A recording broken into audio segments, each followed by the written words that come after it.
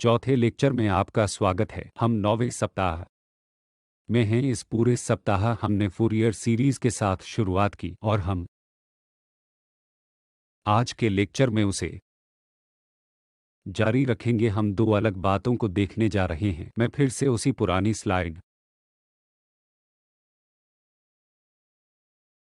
को फ्लैश करता हूं कि एक अच्छी तरह से फंक्शन आवधिक फंक्शन के लिए हम फूरियर सीरीज को परिभाषित करते हैं और यह ऐसा लगता है जो यहाँ दिखाया गया है। तो आपके पास औसत भाग है जिसे a0/2 द्वारा दिया गया है और फिर सभी ऑसिलेटरी भागों को साइन और कोसाइन टाउ द्वारा देखा जा रहा है। और मैं फूरियर सीरीज को एक थोड़ा अलग रूप से लिख रहा हूं जिसे हमने काफी उपयोग नहीं किया था, लेकिन यह भी फूरियर सीरीज लिखने का एक वैध तरीका है। राइट हैंड साइड मेरे पास फूरियर सीरीज एक्सपेंशन एक्सपोनेंशियल्स ई घात थीटाज के रूप में लिखा गया है। आप देखेंगे कि यह एन ओमेगा पर निर्भर करता है। यहां मैं एन ओमेगा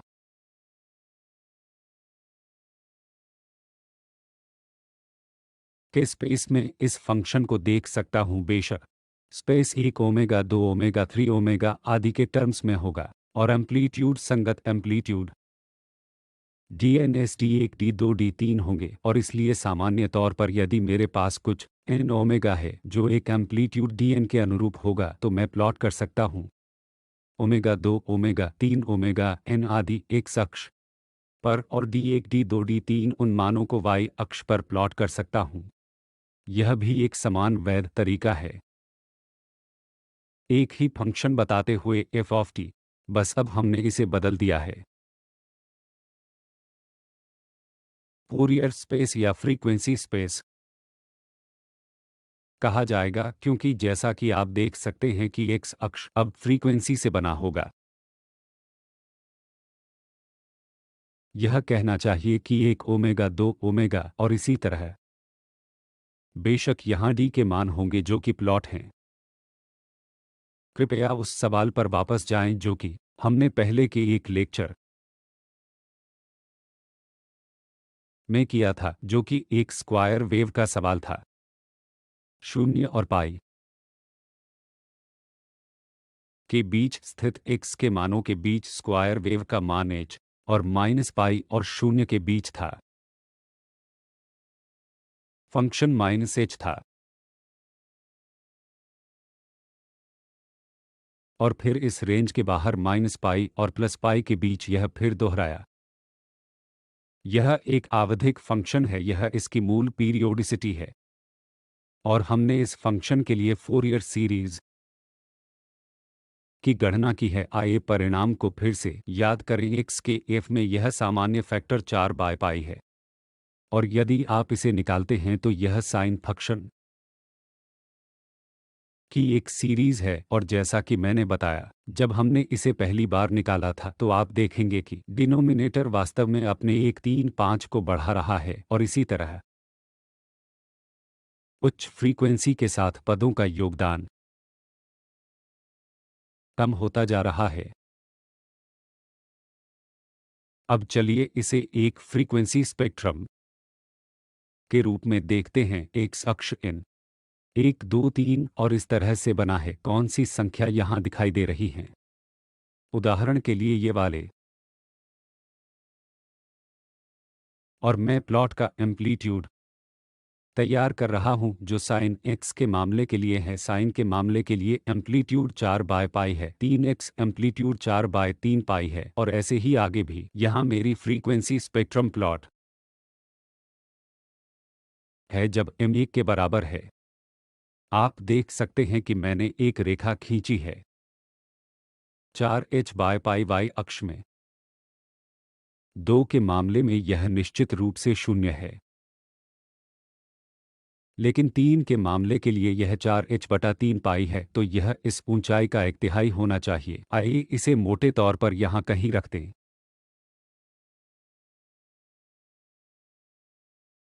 और फिर से m बराबर 4 के लिए यह 0 है और m बराबर 5 होगा।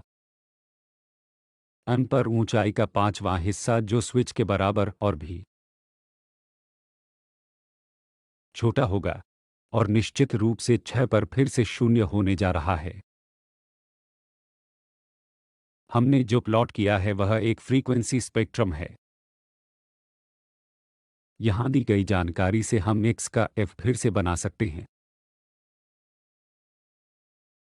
निश्चित रूप से हमें इसके बारे में जानकारी की आवश्यकता है। सभी फ्रीक्वेंसी हम सिर्फ उनमें से कुछ ही बनाई हैं, लेकिन यदि आपके पास सभी इनफाइनाइट फ्रीक्वेंसी के संगत जानकारी है तो आप बिल्कुल x को फिर से बना सकते हैं। यहाँ पोजीशन स्पेस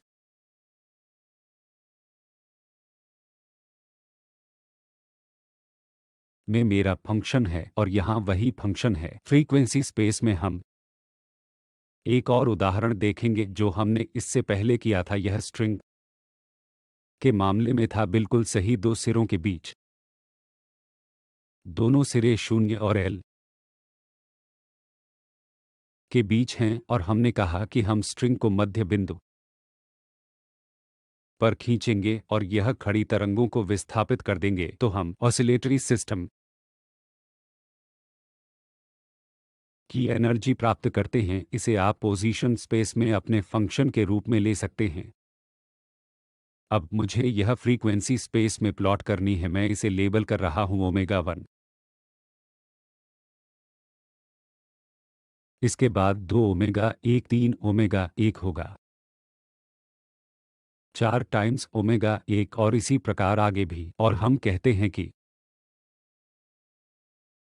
मोड में फ्रीक्वेंसी ओमेगा 1 के संगत एनर्जी सम है। जिस मामले में मैं कहूंगा यह यहाँ किसी बिंदु के संगत होगा और यह दिया गया है। आप देख सकते हैं कि अधिकांश एनर्जी मूल मोड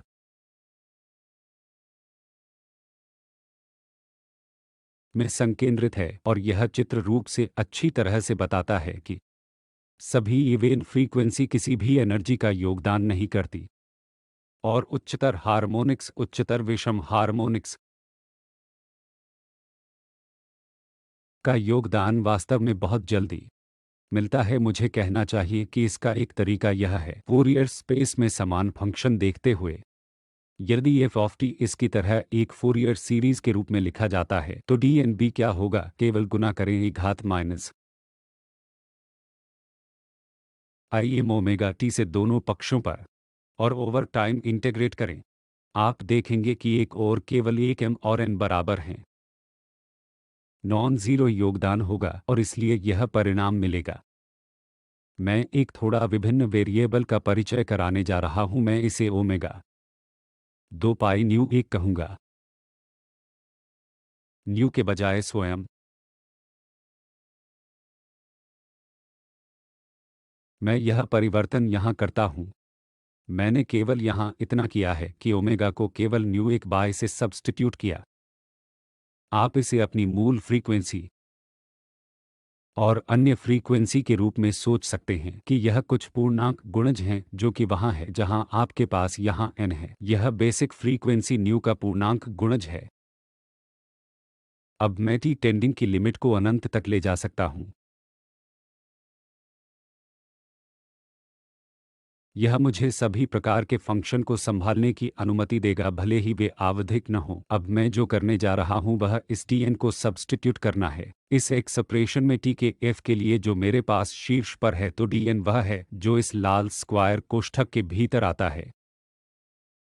चूंकि f का t में e घात i n ओमेगा t शामिल है, मुझे उस t को t से अलग करने की आवश्यकता है जो घटित होगा फर्म Dn की परिभाषा में, और इसलिए मैंने यहाँ टी प्राइम रखा है।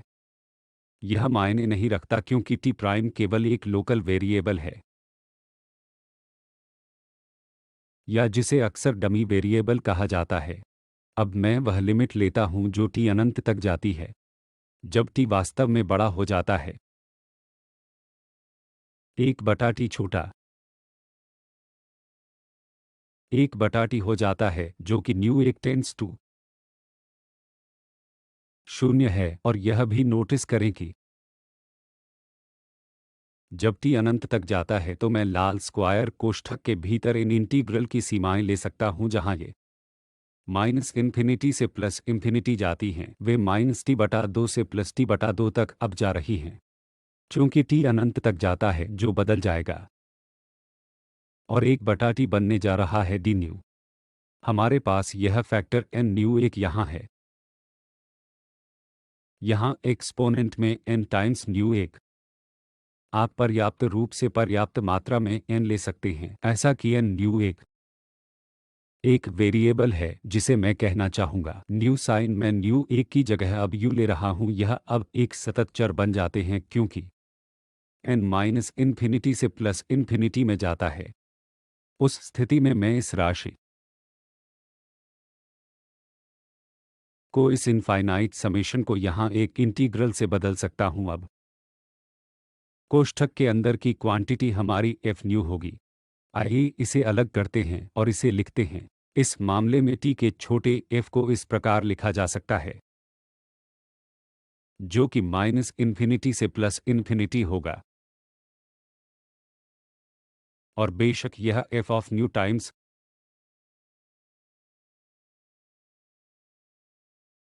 एक्सपोनेंशियल है।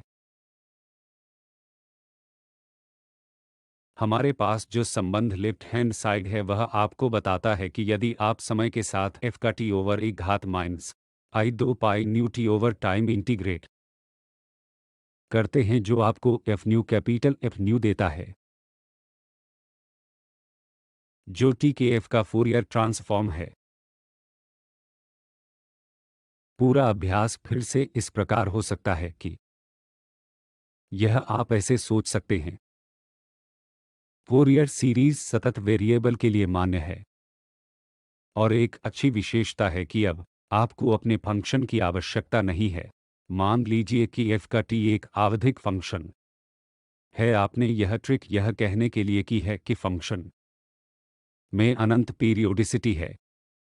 यह फूरियर ट्रांसफॉर्म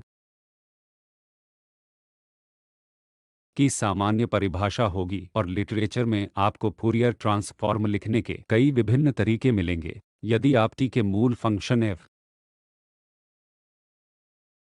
के कुछ सिमेट्री गुणों को जानते हैं तो मान लीजिए आप जानते हैं कि t का फंक्शन f सम फंक्शन है। दूसरे शब्दों में f of minus T f of t के बराबर है। यदि यह गुण संतुष्ट हो जाता है तो उस स्थिति में इस एक्सपोनेंशियल का साइन पार्ट बाहर रहेगा, इसलिए इसे फूरियर साइन ट्रांसफॉर्म कहा जाता है। इसी प्रकार यदि f of t odd function है, जिसका अर्थ है कि f of minus T is equal to minus F of T, उस स्थिति में आपको निश्चित रूप से फूरियर साइन ट्रांसफॉर्म मिलेगा। मुझे इस फैक्टर को यहाँ ठीक करना चाहिए। यह अब f ऑफ टी होना चाहिए कि हमारे पास ये सभी परिभाषाएं हैं। आइए देखें कि यह कुछ टिपिकल मामलों के लिए किस तरह के परिणाम देता है। मेरा पहला उदाहरण है जिसे स्लिट फंक्शन कहा जाएगा। आप कल्पना कर सकते हैं कि इस रेक्टेंगुलर फॉर्म या स्लिट फंक्शन को टाइम डोमेन में परिभाषित किया गया है। मैं एक फूरियर ट्रांसफॉर्म करना चाहता हूं और उसी फंक्शन को देखें। फ्यूरियस अप या फ्रीक्वेंसी स्पेस में फंक्शन को t के f के रूप में परिभाषित किया जा सकता जो h के बराबर है यदि यह d/2 से कम या उसके बराबर है, या शायद अधिक सही ढंग से यदि समय का मापांक d/2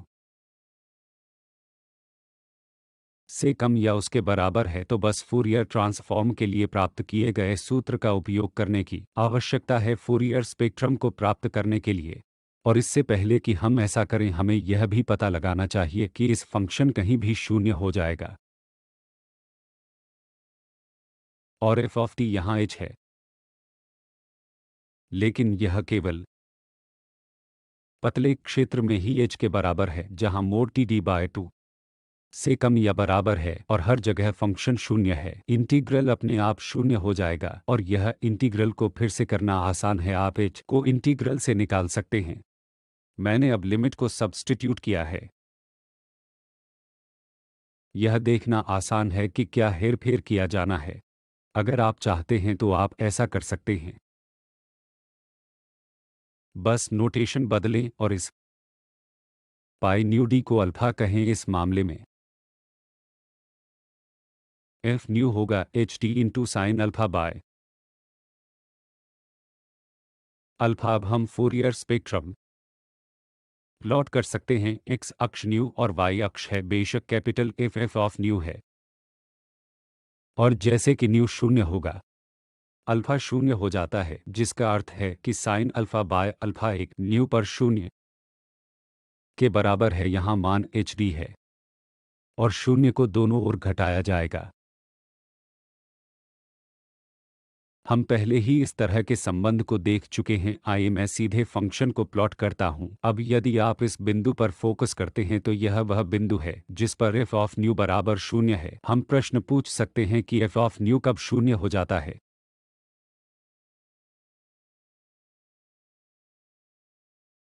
ऐसा होगा यदि न्यू बराबर 1/d, तो यह मान है 1/d।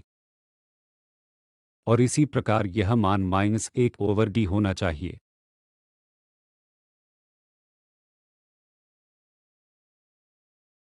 आप फोरियर ट्रांसफॉर्म फंक्शन की चौड़ाई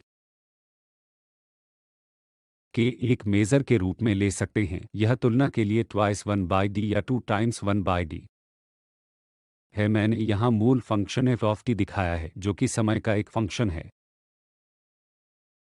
आप देखेंगे कि ये एक रेक्टेंगुलर स्लिट फंक्शन की चौड़ाई है।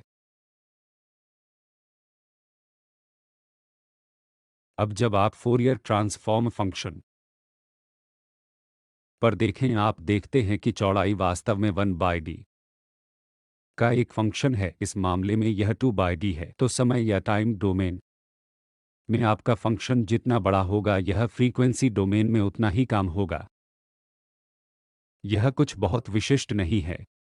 इस फंक्शन के विकल्प के लिए चलिए, वास्तव में फंक्शन एक अधिक सामान्य सच है। अब मैं एक भौतिक निहितार्थ के फूरियर ट्रांसफॉर्म का उल्लेख करता हूं। एक स्लिट फंक्शन का फूरियर ट्रांसफॉर्म अनुप्रयोग सिंगल स्लिट विवर्तन है। संभवतः हम इसे थोड़ा और विस्तार से देखेंगे बाद के सप्ताह में, लेकिन मैं बस यहां बताता हूं कि कैसे फूरियर ट्रांसफॉर्म यहां उपयोग किया जाता है। तो सवाल निम्नलिखित है। हमारे पास एक सिंगल स्लिट है, जैसा आरेख में दिखाया गया है। स्लिट की चौड़ाई d है तथा आपके पास लेफ्ट हैंड साइड से आने वाले समानांतर बीम है तथा यह मान लेंगे कि प्रकाश की वेवलेंथ लगभग है। जिस प्रकार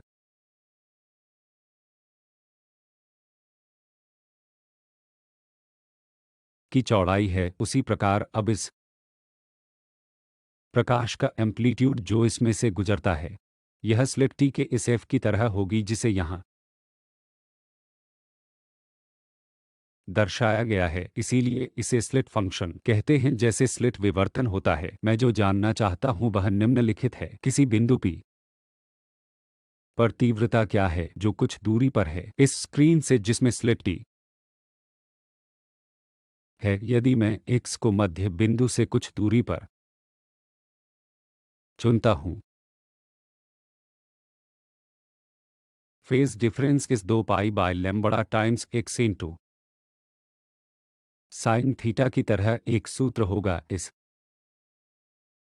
इस तरह कुछ बिंदु P पर तीव्रता पता करने के लिए मुझे केवल उस कॉन्ट्रीब्यूशन को जोड़ने की आवश्यकता है जो इस स्लिट के प्रत्येक बिंदु से आने वाले प्रकाश की है, तथा प्रत्येक बिंदु पिछले बिंदु से कुछ डिफरेंट फेज प्राप्त करता है। यदि आप x को मध्य बिंदु से x के फंक्शन के रूप में गिनते हैं, यह आपको बताता है कि फेज क्या है। तो फेज रेखीय रूप से x के साथ परिवर्तित होता है, जिसे इस सूत्र द्वारा व्यक्त किया गया है। थीटा विवर्तन कोण है। मान लीजिए कि मध्य बिंदु पर मेरा फंक्शन f ऑफ x है, मध्य बिंदु से थोड़ा दूर है मेरा फंक्शन f ऑफ x का मल्टीप्लाइड 2 e⁻i⁵। मुझे इस चरण के अंतरों को एकीकृत करना है, जिसका अर्थ है कि मुझे x पर ही एकीकृत करने की आवश्यकता है। मैं फोरियर स्पेस में तीव्रता लिख सकता हूं। आप देखेंगे कि इस पूरी प्रक्रिया का परिणाम यह है कि अंत में यह आपको एफ ऑफ न्यू का एक फंक्शन देता है जो कि दिखता है वैसा जब हमने स्लिट फंक्शन के लिए गणना की है। दूसरे शब्दों में केंद्रीय बिंदु पर तीव्रता अधिकतम होगी तथा दोनों ओर यह कम होगा, तो वहां गहरे और चमकीले पट्टों का यह क्रम होने जा रहा है। एक और उदाहरण जो मैं आपको देना चाहता हूं वह है गॉसियन फंक्शन। यहाँ गॉसियन फंक्शन लिखा है, मुझे इसे आपके लिए एफ ऑफ टी के फंक्शन के रूप में टी के फंक्शन के रूप में कुछ इस तरह से प्लॉट करने दें, और यह 0 के बराबर टी है। यह मान h है और आधे पर इस चौड़ाई का मान है सिग्मा होगा। टी का ऐसा फंक्शन एक पैरामीटर है जो चौड़ाई को निर्दिष्ट करता है और दूसरा जो ऊंचाई निर्दिष्ट करता है। ऊंचाई h सिग्मा द्वारा दिया जाता है जो चौड़ाई है। मुझे हमेशा की तरह इस फंक्शन के फूरियर ट्रांसफॉर्म को खोजने की आवश्यकता है।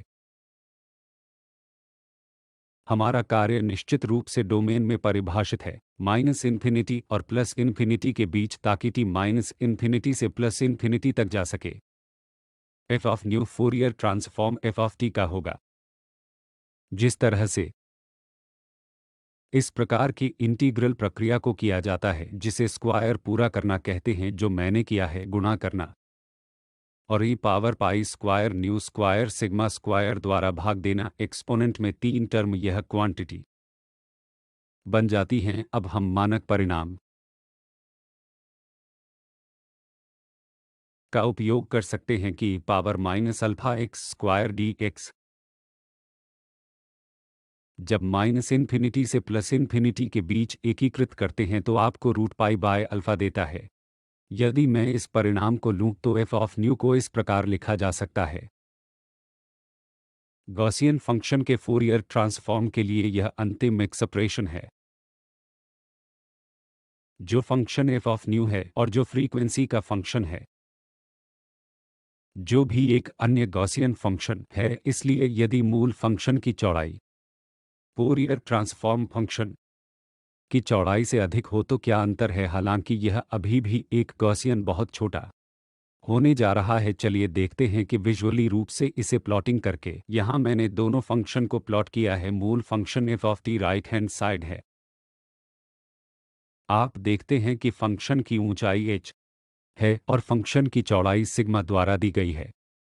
लेफ्ट हैंड साइड मैंने फूरियर ट्रांसफॉर्म फंक्शन की रूपरेखा बनाई है। हम केवल एक गॉसियन फंक्शन के फूरियर ट्रांसफॉर्म के लिए यह परिणाम प्राप्त करते हैं और यह पता चलता है कि गॉसियन का फूरियर ट्रांसफॉर्म उनकी आकृतियों के रूप में एक और गॉसियन है। वे लगभग समान हैं, वे एक जैसे दिखते हैं, वे गुणात्मक रूप से बराबर नहीं हैं। एफ ऑफ टी की चौड़ाई फूरियर ट्रांसफॉर्म फंक्शन के लिए सिग्मा है। चौड़ाई 1/8 सिग्मा टाइम्स कुछ स्थिरांक होता है यदि मूल ऊंचाई h है, और यदि आप मान लें कि सिग्मा 1 से बहुत बड़ा है तो यह h टाइम्स सिग्मा है। आप वास्तव में प्राप्त करने जा रहे हैं एक फंक्शन जो पतली चौड़ाई है लेकिन उसकी पीक बहुत शार्प है। मैं अंतिम उदाहरण के साथ इस सेक्शन को समाप्त करता हूं। यह डायरेक्ट डेल्टा फंक्शन दिखाता है। यह 0 के बराबर है यदि x 0 के बराबर नहीं है और x बराबर 0 पर अनंत के बराबर है। इसके बारे में सोचने के लिए आप कल्पना कर सकते हैं कि आपके पास गॉसियन फंक्शन है तथा चौड़ाई पतली तथा संकरी हो रही है। जैसा कि हमने देखा कि यह संकरी तथा संकरी होती है, ऊंचाई बढ़ जाती है। इसलिए आप इस तरह कुछ देख सकते हैं। तो आप अपने डायरेक्ट डेल्टा फंक्शन के बारे में सोचिए। इसे छोटा बनाने और ऊंचाई को बड़ा और बड़ा करने की इस प्रक्रिया के सीमित मामले के रूप में यह उस विशेषता द्वारा परिभाषित है कि delta x integrated over D x एक समग्र स्पेस के बराबर है। अगर मैं इस फंक्शन के फूरियर ट्रांसफॉर्म को लेता हूं जो वास्तव में बहुत ही पतला है, मुझे एक ऐसा फंक्शन मिलना चाहिए जिसकी चौड़ाई बहुत हो। मैं यही उम्मीद कर रहा हूं। तो delta of x minus x zero इस डेल्टा x का सामान्यीकरण है। जैसे कि x बराबर 0 फंक्शन अनंत है और हर जगह यह 0 है, इसका इंटीग्रल f ऑफ x 0 के बराबर होगा। पहले हम टाइम डोमेन फंक्शन के साथ काम कर रहे थे, इसलिए यह समझ में आया कि e power i 2 pi nu T के साथ काम करें। लेकिन यहाँ हमारा फंक्शन कुछ मायने में परिभाषित है जो पोजीशन स्पेस है, तो मैं e पावर i के x पर काम करूंगा तो यहाँ कोई न्यू नहीं है, लेकिन फिर भी यह अभी भी फूरियर ट्रांसफॉर्म है। और अब यदि मैं इस प्रॉपर्टी का उपयोग करता हूं जिसका परिणाम यहाँ दिया गया है e घात i के x शून्य, तो मेरा f ऑफ x एक डेल्टा फंक्शन होगा जिसका पीक शार्प x बराबर x शून्य पर है। अब फूरियर ट्रांसफॉर्म डोमेन, यदि मैं प्लॉट करूं मॉड स्क्वायर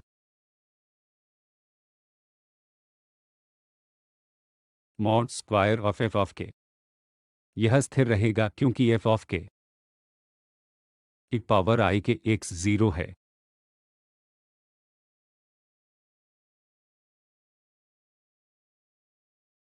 f ऑफ के मॉड स्क्वायर होगा f स्टार ऑफ के इंटू f ऑफ के, और वह होगा स्टार ऑफ के जी पावर माइनस i के x 0 into e power i के x 0। यह कैंसिल होगा और आपको यह देगा। अब आप देखते हैं कि हमें पोजीशन स्पेस में क्या मिला है। यह एक शार्प पीक वाला फंक्शन था और हमने फूरियर फॉर्म को के स्पेस में एक ही फंक्शन पर देखा। यह माइनस इन्फिनिटी से लेकर प्लस इन्फिनिटी तक सभी तरह से फैला हुआ है। यह हम जो देख रहे हैं उसका एक्सट्रीम उदाहरण है, कुछ ऐसा जो एक स्थान में शार्प पीक पर होता है, फूरियर डोमेन में पूरे स्थान पर विस्तारित होता है।